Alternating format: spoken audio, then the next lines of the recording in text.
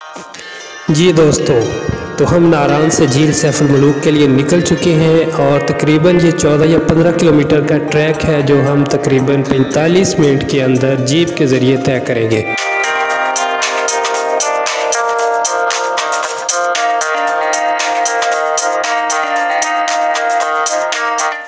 ये रास्ता बहुत एडवेंचरस और रिस्की है, इसके ऊपर बहुत एहतियात से ड्राइविंग करना पड़ती है।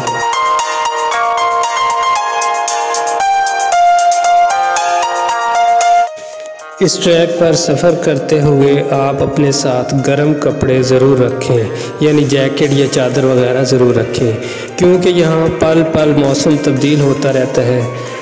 धूप निकली हुई होती है तो अचानक बर्फ़बारी शुरू हो जाती है।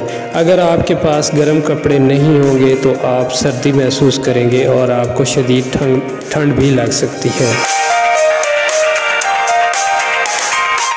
एक मुश्किल सफ़र तय करने के बाद बिलाखिर हम लेक सैफुल मलूक पर पहुँचे।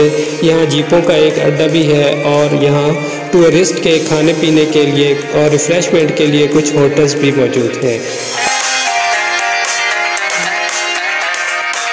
ये झील के अंदर से जो आपको पानी आता हुआ नज़र आ रहा है, ये एक छोटी सी नदी की सूरत में बिल आखिर नारान के करीब जाकर दरियाए कुन्हार में गिर जाता है और ये नदी दरियाए कुन्हार का एक हिस्सा बन जाती है। तो झील का पानी बहुत ठंडा और यख होता है। इसके अंदर अगर आप हाथ डालें तो आप शदीद सर्दी महसूस करेंगे।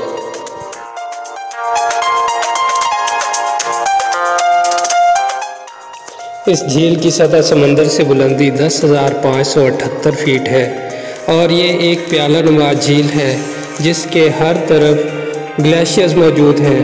बर्फ़ के ऊंचे ऊंचे पहाड़ हैं और इन पहाड़ों से जब बर्फ़ पिघलती है और पानी की शक्ल इख्तियार करती है तो वो पानी इस झील में आता है। यही वजह है कि इस झील का पानी बहुत ठंडा होता है।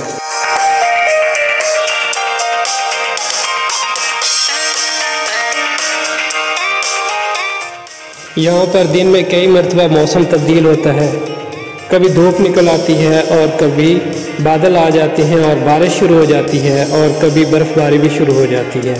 यहाँ शदीद गर्मी के मौसम में भी बर्फ़बारी होती है और यहाँ गर्मी का बिल्कुल एहसास नहीं होता।